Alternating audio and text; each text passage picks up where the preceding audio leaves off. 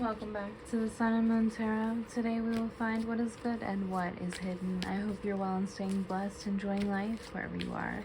This is a water sign, Aquarius season general read. So if you do have a Cancer, Scorpio, Pisces, highly aspected, this read is likely for you. It's just a general read. It'll have 3 rows. First row will represent your recent past. The second row will represent your current energy. Third row represents your future. We'll grab 2 clarifying cards. Bottom of the deck holds the overall energy for this read. You could be being breadcrumbed by some air sign. Anywho, we're not doing a love read right now, but that's where we're at. Apparently this card is coming out. It is your first card. It just threw itself down when I tried to put it back in the deck to shuffle. So yeah, we're just going to start off with that. So water signs, if you'd like to book with me, do so in the email in the description box below. That is way too many cards. Thank you, ma'am. Or sir. Or both. Depends on the day. Right. Depends on which angel or which angels or which ancestor or ancestors are in the room. So let's get on with it. Water signs. Have you been breadcrumbed or have you been breadcrumbing someone recently? Why am I getting a vibe with that? Why is that card came out twice? Don't be doing that. And don't be staying with people that do that. Come on, do better for yourself. No.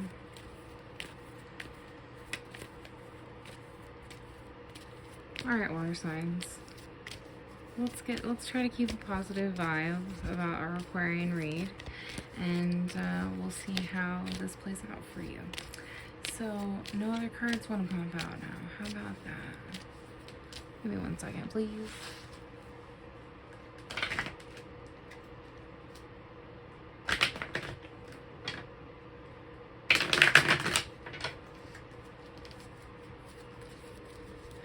Alright, guys, sorry. Ladies, fellas, whatever you identify as, I don't mean that disrespectfully. This one fell out, Knight of Wands.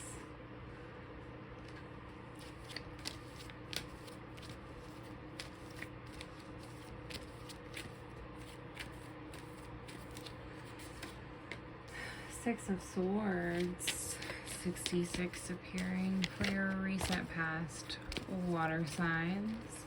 6 of Pentacles, Knight of Wands, 6 of... Either you are transitioning away in the recent past from someone that's breadcrumbing, or someone is transitioning away from you because you are breadcrumbing. Clear cut message. Yowza. You got the Death card, the 8 of Swords, and the Page of Wands. A lot of fire here. Y'all might be with a fire sign, or you might have fire highly aspected. But of course, air and earth also are present, and the Scorpio card is present with that Death card. Yikes. Tower, 10 of Wands, Temperance. My. Y'all are potentially going through something quite intense right now.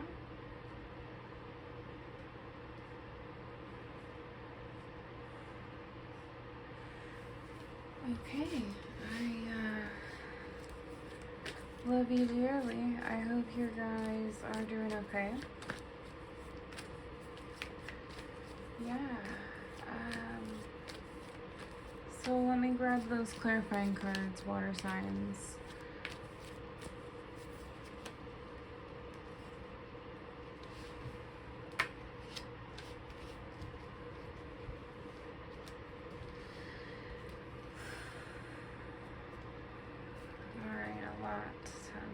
Here. First of all, we're going to do this different. We're going to put the clarifying cards here and the overall just the way that this played out for your read. I like that setup a little bit better. Okay. Lots to unpack. So, if you are a Christian, I need you for a moment to put on those other religions coexist earmuffs for me for just a minute. Just a minute. Or maybe 2 minutes. It depends on how long this lecture lasts. But either way, put on those coexisting earmuffs for me, regardless of what you believe, and give me a moment of your time. You have a 666 appearing. Okay? So I don't want to hear the, oh my god, 666, end of the world bullshit. I don't want to hear it. I don't care. You and I do not share the same thoughts, and you shouldn't be on. I mean, I don't want to kick anybody off, but like, we really don't agree with what this number means. So like, can you just calm down?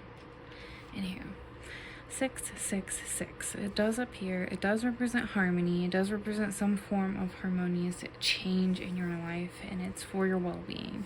The Lover's card is here. It does represent your overall energy. That's it. That's all I have to say about 666, okay? I'm going to leave it at that. If you're a practitioner or you practice, like, numerology, you know that it's not what the now multiple translated Bible explains it to mean and what most people believe it to mean. In a Western culture which has demonized, like, pretty much anything to do with numerology. So, yeah, that's why it annoys me. There, I said it. Don't demonize other people's cultures. It's hateful and rude. Stop pretending like you're a victim and then hating on anyone that doesn't practice monotheism. You're not a victim. I don't have to practice the same as you. That doesn't make you a victim. Okay, end of lecture. Okay, the Lover's card. It's a beautiful card. It is the Geminian card. It represents choices, union, love, and relationships. It is your overall energy.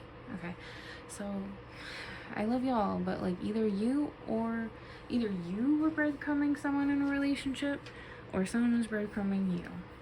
Okay, that's why that 6 of Pentacles is there. It represents charity, generosity, sharing, but it definitely represents in this read someone breadcrumbing. The Knight of Wands. I don't say that very often on my. If you're an avid watcher of my channel, you know that I do not say that very often about the 6 of Pentacles, unlike most readers. So the Knight of Wands represents action, adventure, and fearlessness. The 6 of Swords represents transition, leaving behind, and moving on. Yeah. Recognizing that something is not equal give and take and walking away from it. It is either in a relationship or it is a major significant like union that is ending because of this. Only storyline for this read. If it doesn't resonate, check out your other reads, like your other signs. Now, the Death card is the Scorpio card, which is interesting because you have Gemini, Scorpio, and Sagittarius major arcanas appearing. But for your current energy, sorry, this would be recent past. Current energy is Death card. Major metamorphosis, major change. The Death card represents ending of cycle, new beginning, change, metamorphosis.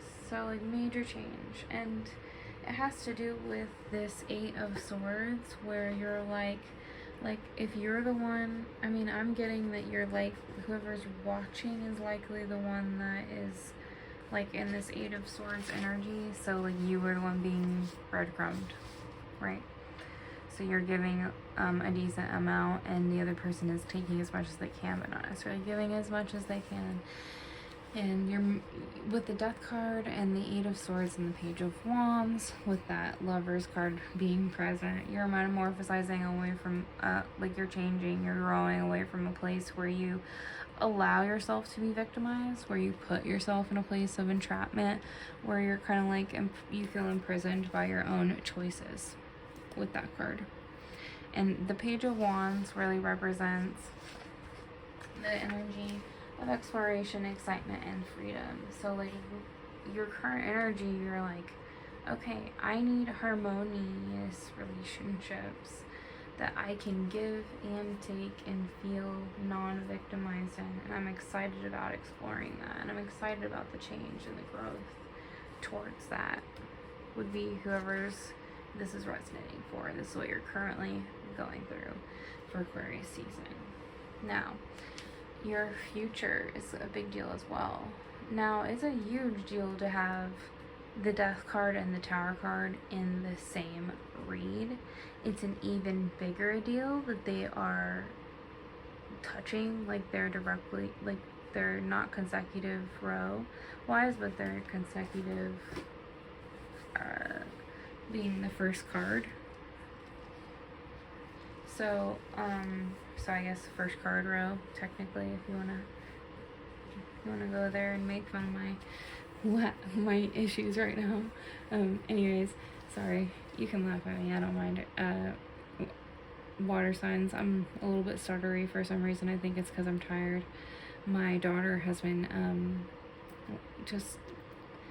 we're in teething mode, and we just had shots, and we are not feeling good, or the whole house is not getting sleep, so it is what it is. I am tired, but I'm going to get through these reads because I love y'all and I want you to have the content, and I like making these reads, so we will get through it. Okay.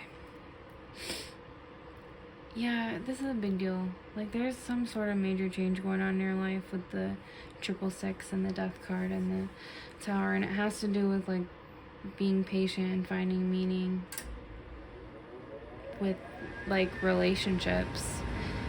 Okay, so what I mean by that is you've got the Tower, the 10 of Wands, and the Temperance card. So you, as this, like, major change happens, so this major ending is taking place in the future. You are not only, like, exploring mentally about how to transition and move forward anymore. You're no longer, like, thinking, okay, I really need to move towards this change, and, like, kind of making the lineup not only mentally now, but also in terms of physical energy. You're like, okay, I have the money to do this, I have the ability to do this, I can move here, I can, whatever you need to do to get away from this relationship. And then in the current energy it happens. The future energy. The future row, it happens. The change takes place, the relationship ends, the movement forward begins with the Tower card. And the 10 of Swords represents, like, the feeling of burden for feeling like the relationship ending, but recognizing what you need to learn from the, like, responsibilities and things that you're kind of giving up. And, like, okay, so for some of you, this is going to resonate for you like this. You've been in maybe a few relationships now where when they've ended, you've kind of recognized that you were giving more than you were receiving. Whether that's love, whether that's kindness, whether that's emotional support, physical support. Sorry, I need to drink some water. Give me 1 second.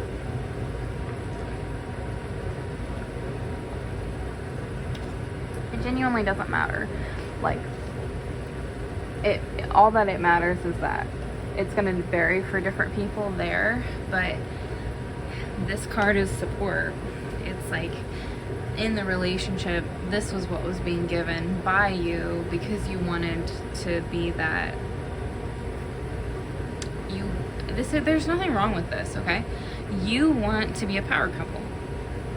Nothing wrong with that. The issue is that you're giving too much at the beginning. You're not, like, growing with the person, and you're not also, please do bear with me, okay? Don't fucking cut out for this shit. Listen to me. You need therapy, you need help, you are continuously pulling in these toxic relationships, and if you do not get help, you're going to pull on yet another toxic relationship, and in a year to 5 years, you're going to look back and you're going to go, God damn it, I should have gotten therapy because I'm in the same fucking boat, and I don't understand why. And it's because of something that happened in your childhood that you need to overcome. And it's putting you in a place where you're like repeatedly like putting yourself in a self-victimization loop, because that's what you're mirroring your childhood wounds. You need help. I love you all, but you need help. There's some sort of childhood wound that is being played out in your romantic life, and if you do not get help, it's going to continue. Like, if you, like at the beginning of the read where I said if you aren't taking advantage, like if you're not being taken advantage of, you're taking advantage of others, that's what I'm talking about. So like it's one or the other, but it's a childhood wound that's creating this type of conflict in your relationships, and you need to heal it or it's going to create even more burdens, and you're just going to keep up with this loop for some damn reason, which is just not healthy. So take the advice. The Temperance card is there. It's present because it's telling you, hey, find the middle path, find meaning in the middle path, find patience, and work towards overcoming these burdens so that in the next relationship you're healed. And so you're pulling in someone that's equally healed and equally willing to give, and you know, it'll just be a very supportive and loving relationship like you want. Clarifying cards. Oh right, I don't alright, water signs. This is supposed to be a general read, but it got very, very about the romantic or significant relationship in your life, and I am not sorry that it went that way. I can't control the energy. Thank you, ma'am or sir. The Temperance card and the Tower. Okay, so the Tower is upheaval, disaster, foundational shift. The Ten of Wands is accomplishment, responsibility, burden. The Temperance card represents, middle path, finding meaning, and patience for definitions. The Knight of Cups represents idealistic, romantic, following one's heart. The Four of Swords represents rest, restoration, contemplation. So, with that,